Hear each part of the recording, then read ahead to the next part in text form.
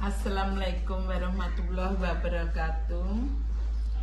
मैं आज बना के फ्राई टेम्पे। ये टेम्पे में ये वेजिटेबल, ये दाल सोया दाल से आया, सोयाबीन। ये मसाला जो मैं यूज करके ये लहसुन, प्याज, टमाटर, लाल मिर्ची, आप लोग बेशक लाल मिर्ची नहीं है, हरा मिर्ची बेशक आप लोग पसंद तेज है, आप ज्यादा डाल के कर सकते हैं। और ये गलांगा ये तेज पत्ता ये मैं डाल के मसाला जो सूखी ये तोला से मैं नमक डाल के, तोला से चीनी डाल के, तोला से चिकन पाउडर और लाल मिर्ची। उसके बाद ये मैं डाल के तोले से पानी डालें।